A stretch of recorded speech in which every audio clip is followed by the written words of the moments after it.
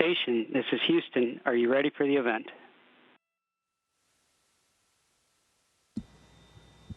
Houston Station, ready for the event. Hello. Uh-oh, where did you go? There we go. I gotcha. I'm right here. Hi, this is so cool. I think so too. I love it. Stephen Bowen, thank you so much for doing this with us. Okay. First things first, talk about how long you've been there. How has it been aboard the space station thus far? I know you've done several, space flights here, but talk about this one in particular that you're doing. Yeah, this flight is very different from anything I'd done before. My 3 previous flights, more than 10 years ago, they were all space shuttle flights, and they were only about, 10 days to 2 weeks long onboard space station. So we helped build the space station. Now getting the chance to live on board for 6 months, it's a totally different experience. You take about 6 weeks to get adapted to living here, and you kind of get used to it, and you get more efficient, and you get to your transitions as you move around the space station get a lot better. It's a totally different experience, and it's been incredible. We got up here in March after a successful launch on Falcon 9, and our Dragon vehicle got us docked, and we'll be here till probably the end of next month or so.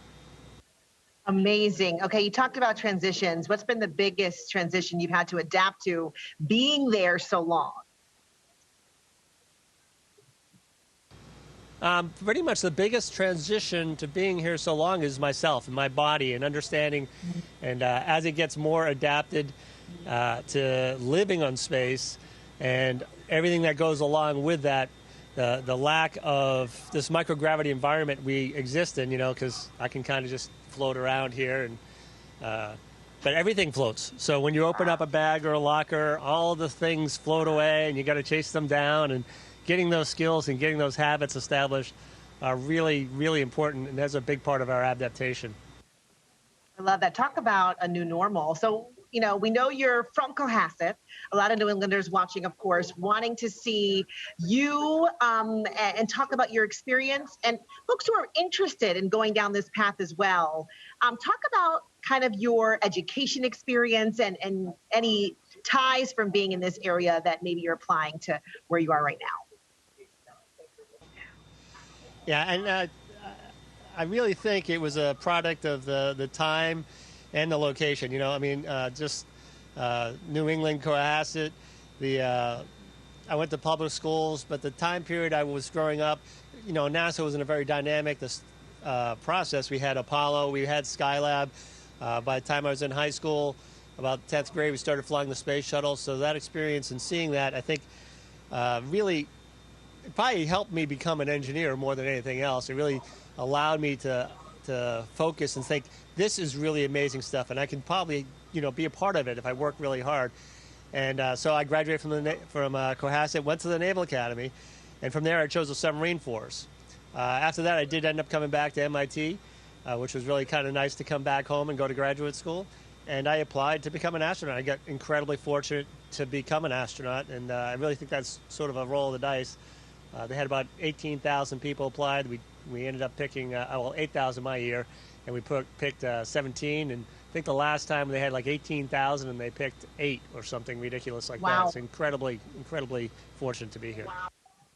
Wow. Amazing. Talk about some of the work that you're going to be doing for the remainder of your time and that you have been doing on board.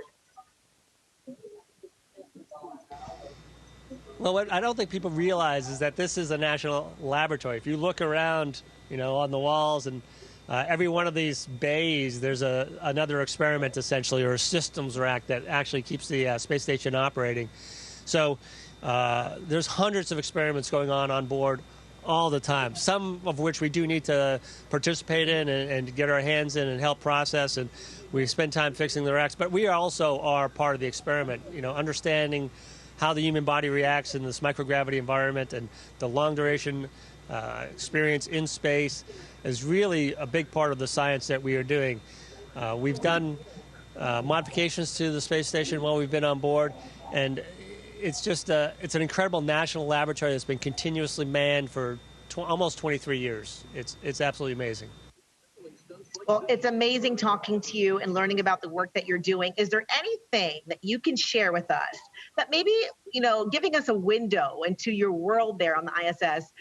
What are some things that might surprise people on board there and that you're discovering just being there for so long? That's an interesting question. I really haven't thought too much about it. I think the realization that, this is a laboratory, and, we're doing hundreds of experiments all the time, whether we're directly involved or not. I mean, so much of what's going on here is absolutely incredible, and it's hard to grasp the impact. And also, it's basic research, so it's really looking at how things react to these aspects of this environment. And ultimately, the goal is to make life better on Earth and, allow us to live further and further in space as well. So again, like I mentioned earlier, I grew up at a very dynamic time for NASA, and we're right back in that again. I've had friends that been there 20, 30 years that have said this is the most exciting time to be in space. Absolutely. I mean, what an honor to be a part of that and to be there and seeing you, a local guy who's done amazing work and continuing to do amazing work. We really appreciate your time and sharing with us. Thank you. Oh, thank you very much for having me on. Really appreciate it.